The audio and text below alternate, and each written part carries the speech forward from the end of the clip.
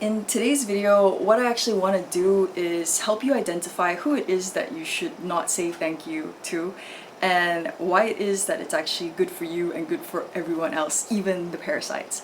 We will be actually leaning on Spinoza's ethics. Let's just get started with the three parts. The first part is who. So parasites and flatterers, mistaking pride for generosity, those driven by baseness. The second is why, reason as the standard, be genuine with your thank yous. And the last part is when, only with other free individuals. Ingratitude is a them problem. This video is extremely important for people who, again, like if you watch my video on politeness, I swear like my videos are just like, be extremely impolite, hate everyone, make everyone miserable. No, it's not that. It's about being aware of what you do habitually. What you do without thinking. If you're going to be polite, know why you're being polite. So it's the same when you say thank you. Why are you saying thank you? And why sometimes you feel you don't want to say thank you, but you do anyway, and what are the consequences of that? So to end the suspense, let's go to the first part, which is who. Parasites and flatterers. Hi, so this is for Alexandros, our next accent member. We're in the Galerie Vivienne, which is super touristic, but it is for a good reason because it's beautiful. And here's where I get my favorite pain au chocolat of the city, which is in that cafe called Café Veneta. As you can see, we do not have my favorite pain au chocolat, but it's okay because it's a beautiful day. And yeah, thank you, Alexandros. Part 1. Parasites and flatterers. To thank parasites and flatterers makes you proud, not generous. So everyone's in the wrong. You're proud and that person's a parasite. So let us begin. Proposition 57. L'orgueilleux aime la présence des parasites ou des flattereurs. Il déteste celle des généreux. The proud love the presence of parasites or flatterers. They hate the presence of the generous. So the generous, according to Spinoza, is those who want to create friendships, and this will be explained later.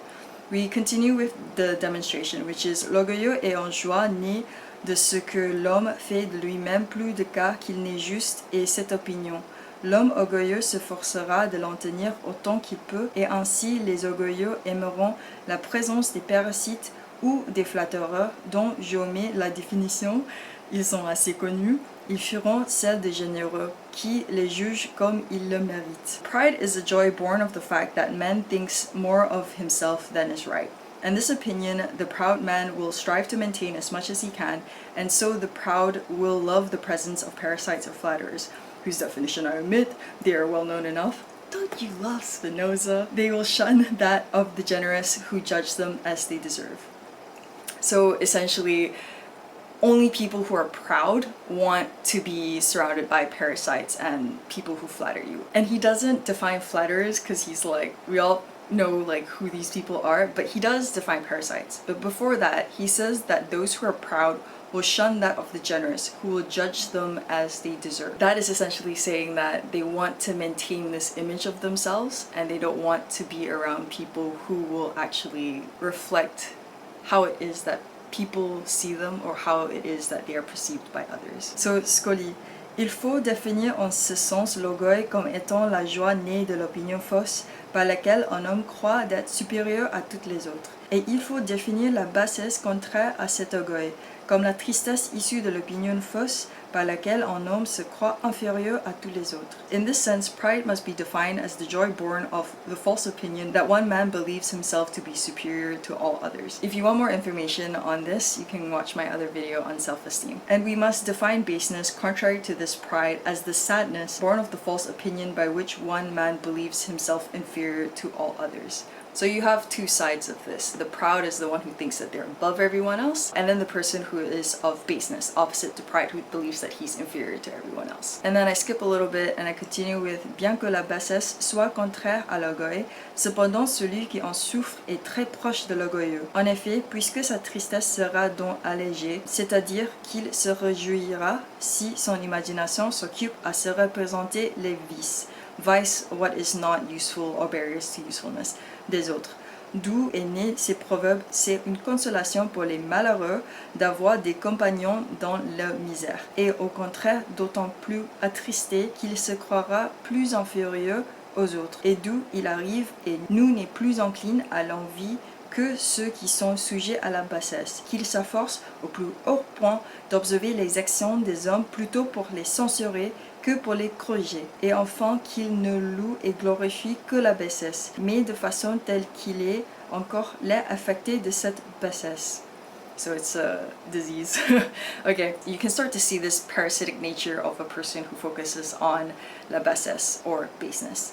Although baseness is the opposite of pride, he who suffers from it is very close to the proud. Indeed, since his sadness will be thus alleviated, i.e., he will rejoice if his imagination is occupied with picturing the vices of others, from which this proverb was born, it is a consolation for the unfortunate to have companions in their misery, and on the contrary, all the more saddened when he believes himself to be more inferior to others, from which it follows that no one is more prone to envy than those who are subject to baseness, that they make the greatest effort to observe the actions of man, rather to censor them than to correct them, and finally that they only praise and glorify baseness, but in such a way that they still seem affected by this baseness. So have you ever had that friend who just always points out the negative or what's not working? I understand that there's like, cover all your bases, there's blind spots, but there's like a certain type of people that always seeks to cap off anything that you talk about with something that is low, something that's actually not useful to you as well. And again, if we go back to Spinoza, what is virtue is what is useful to us, whatever helps us move forward, whatever helps us with our power to act, and whatever is a vice is whatever is unuseful to us, whatever saddens us, and whatever reduces our ability to act. So if someone actually tells you something that's useful that you can actually learn from and move forward with, that actually isn't a bad thing. But when people point to things that you can't control or an obstacle that you can't do anything about, you have to question this person's motives. Are they trying to bring you forward with clarity to correct you so that you can improve? Or are they trying to stop you from actually relishing in your happiness? And again, I genuinely recommend my first Spinoza video because it will give you more of an idea of how it is that he arrives at this part of his philosophy, and it's not just like an opinion, but it's geometrically beautiful and sound and well built of an argument. Let us continue with chapter 21. En outre, la flatterie engendre la concorde, mais avec l'ignominieuse incrimination, proof of crime, de civilité, ou bien avec mauvaise foi, car nous se laissent prendre par la flatterie plus que les orgueilleux, eux qui veulent être les premières et ne le sont pas. Moreover, flattery breeds concord, but with the ignominious incrimination of servility or with bad faith. For no one is susceptible to flattery than the proud, who want to be first and are not. I love this guy. So let's just do quick definitions, right? So concord is the moral relation or situation that exists between persons having the same disposition of heart, mind, and spirit and living in harmony, possibly collaborating on a common work.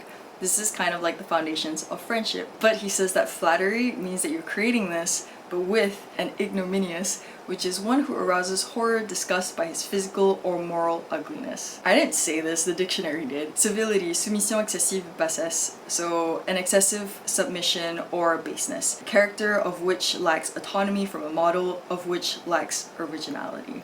And baseness. So the state of being in a low place, the state of being small, the state of being of lesser value. A state of inferiority, decay, unworthiness of human nature.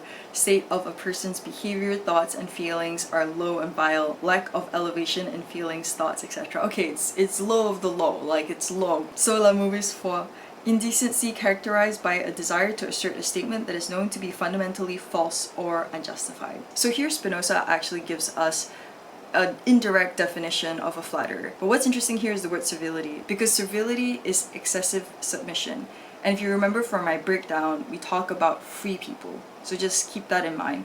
And mauvaise foi, which is a person who wants to assert something that's false, that is known to be false, is ignorant. Again, that has to do with freedom, and freedom in Spinozian terms has to do with reason. So this person, in terms of mauvaise foi, in terms of civilité, is not just a person who is morally low, but it is linked to the fact that they also are extremely low in reason. So now that we have a better idea of who we're dealing with and what we're dealing with, let's go into part 2, which is why not to say thank you. So super close by to the place where I didn't get my pain au chocolat is the Palais Royal. How many French things have you seen with this scene?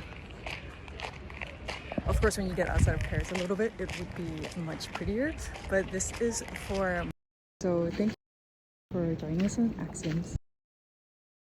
Part 2. Why we should not say thank you. Or as Spinoza puts it, why one should try as much as possible to avoid ignorance and their gifts.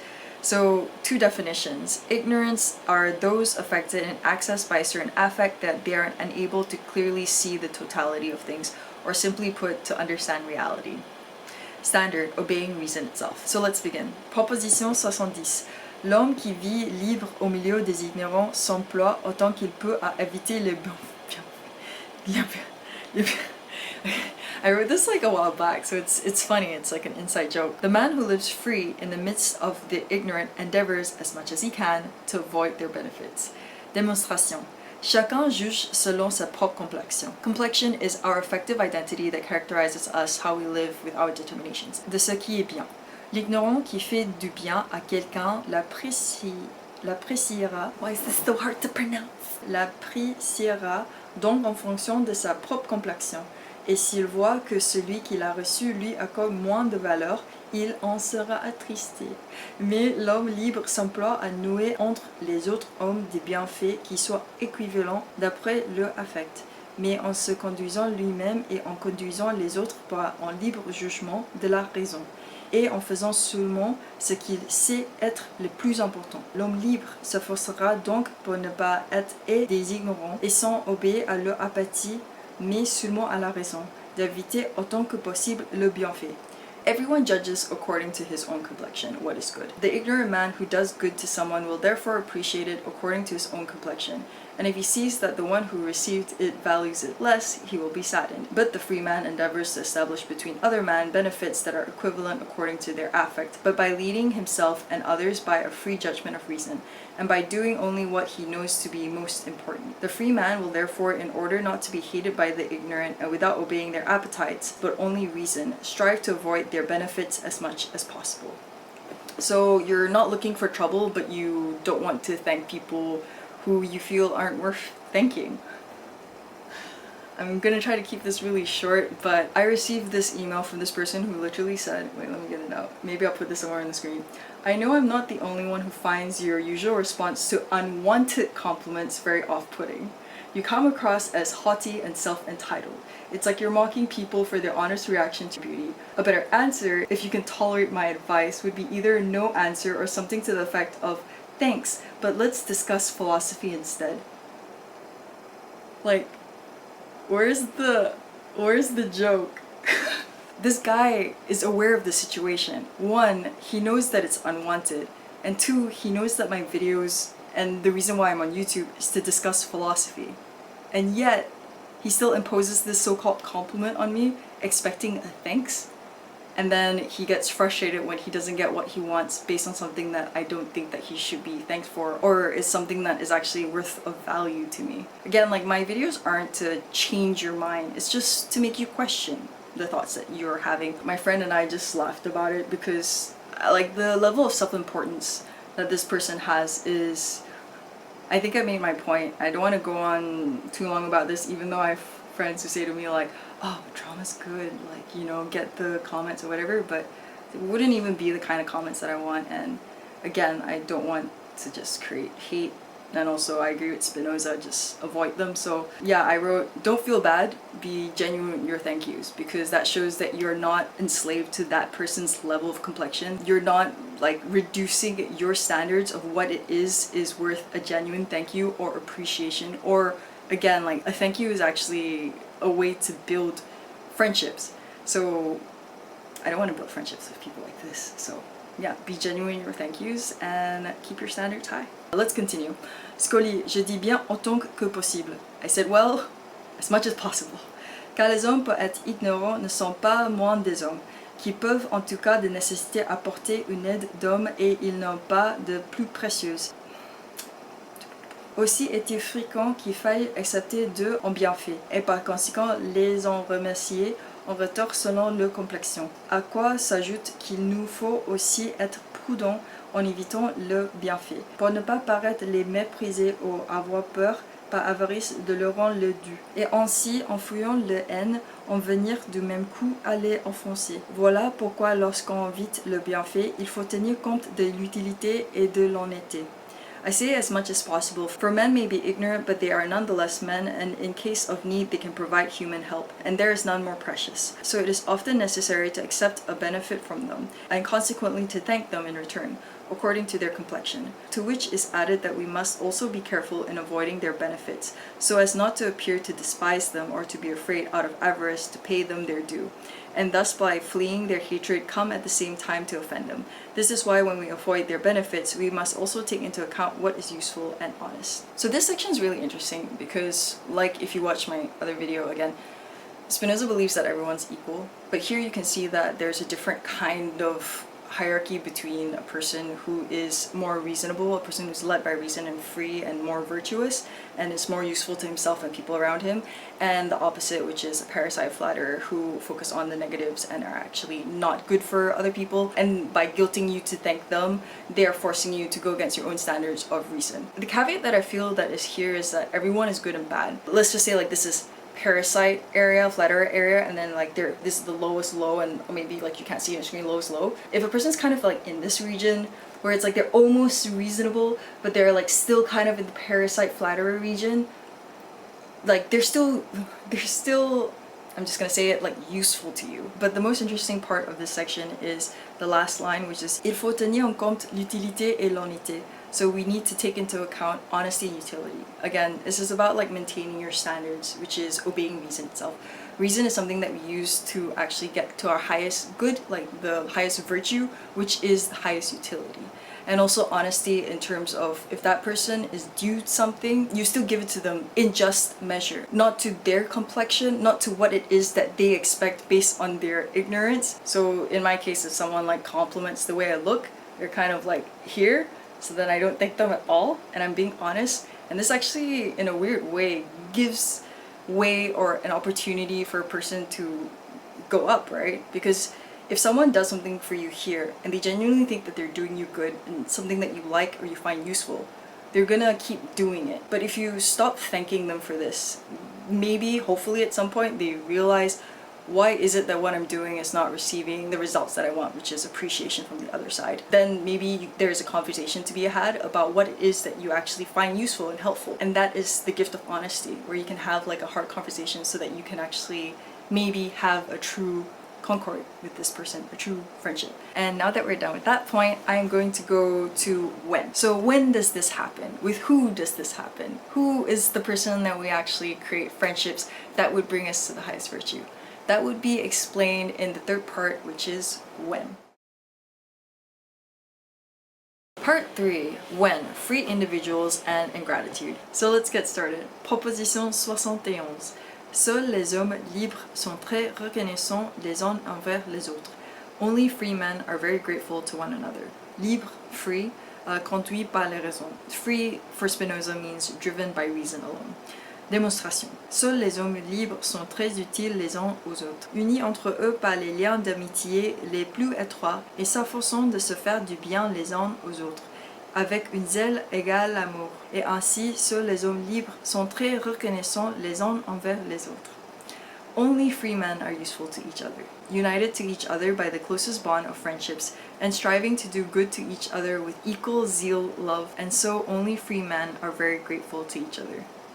I think that's self-explanatory, but not saying thank you is not a question of ingratitude, for only the ignorant are ungrateful. Scoli. La connaissance qu'ont entre eux les hommes, conduit par un désir aveugle, relève d'ordinaire du négoce ou de la piperie plutôt que de la reconnaissance. Allons plus loin, l'ingratitude n'est pas un affect, happiness or sadness that accompanies an idea. If you watch my other video, it is an indication of value. Elle est pourtant déshonorante parce qu'elle indique d'ordinaire un homme affecté par un excès de haine, de colère, d'orgueil ou de cupidité, etc. Car celui qui par sottise ne sait pas rendre les dons reçus n'est pas un ingrat, Et bien moins encore, celui qui les cadeaux d'une courtisane n'entraîne pas à servir sa lubricité, ceux d'un voleur à dissimuler ses vols, et ainsi de suite. Car il faut voir au contraire qu'il a de la constance morale. Celui qui ne se laisse corrompre par aucun don à sa propre perte ou à la perte commune. The mutual acquaintance of men driven by blind desire is usually more a matter of bargaining or trickery than gratitude. Let's go a step further. Ingratitude is not an affect, yet it is dishonorable because it usually indicates a man affected by an excess of hatred, anger, pride, greed, etc. For he who through foolishness does not know how to return gifts received is not an ingrate, and much less so he whom the gifts of a courtesan do not lead to serve his lust, those of a thief to conceal his thefts, and so on. For on the contrary, he shows moral constancy who does not allow himself to be corrupted by any gift to his own loss or to common loss. So let me just read how it is that I pulled this apart. One cannot be foolish and ungrateful. It is only reason that helps us acknowledge how to return gifts. It is only with reason that we can see how strings are attached to gifts. It is only with reason that we can see that someone who actually steals hides his crimes. Only the foolish believes that they have to return a gift they didn't receive, like an unwanted compliment, that they do not see the strings attached, that they cannot identify a thief who actually wants to rob them. And if we kind of go back to the top where he says that ingratitude is actually dishonorable because it shows a man affected by an excess of hatred, anger, pride, greed. One is the word excess, and then one is all the affects that we associate with bad things like anger, hatred, greed.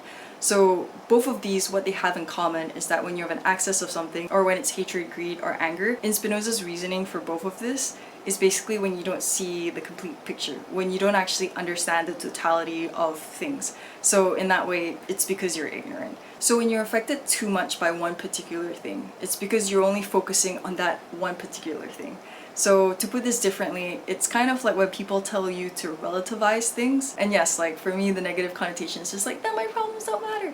But it's not so much that your problems don't matter or you're like trying to make your problems small. You're just trying to see your problem or this thing that is affecting you within the bigger picture. And that actually takes away the power of that one small particular thing. And usually with hatred, anger, and greed, it's much more complex, but one of the ideas with that is that when you have ideas that are mixed, hatred isn't just completely negative. You can't see it clearly because it's mixed with many different elements, the good and the bad. And then to bring this back to what I said from the very beginning, it has to do with a person's lack of reason, their inability to see the totality of things, to understand the big picture. So, only the foolish are ungrateful. So here are my final notes. Maintaining your standards does not mean that you are ungrateful. It means that you won't be corrupted by a cheap trick posed as a gift. Not saying thank you is consistently upholding your level of reason and those of others. I hope this was helpful to you, and I'll talk to you next time. I'm in a hotel in Parma. The history is that it's either a psychiatric or schizophrenic ward before it became a rehabilitation hospital during the war. Interesting information. And the thing I just wanted to add is this passage, a preface that I wrote for my book Navy's Prism, and it's called Navy on Red, and it reads, "It's psychotic to expect me to smile when I'm offered something I do not want." So if it's not clear enough that an unwanted compliment is no longer a compliment, it's psychotic to expect someone to be happy or to appreciate or to thank you for something they do not want. So I've had this in the podcast, like if I post it, talks a lot about like language games, about how yes, we shouldn't normalize or banalize or colloquialize medical terms, like narcissism is a specific thing, psychosis is a specific thing. But also when I think about language games of Wittgenstein's philosophical investigations, how we use the word is how most of us relate to reality. And I don't think that that should be completely dismissed or you shouldn't create a complete distinction between the two. I think they're all just multiple variations of definitions that should be taken into account. But Google tells us, and we can always use Google for the beginning of our dissertations because it's the most common and general understanding of a word, is that it refers to psychosis, a severe mental condition which thought and emotions are so affected that contact is lost with external reality. This might include seeing or hearing things that other people cannot see or hear, hallucinations, and believing things that aren't actually true, delusions. So yeah, People who expect you to say thank you or to smile when you receive an unwanted compliment, wouldn't say that they're psychotic, but 100% delusional.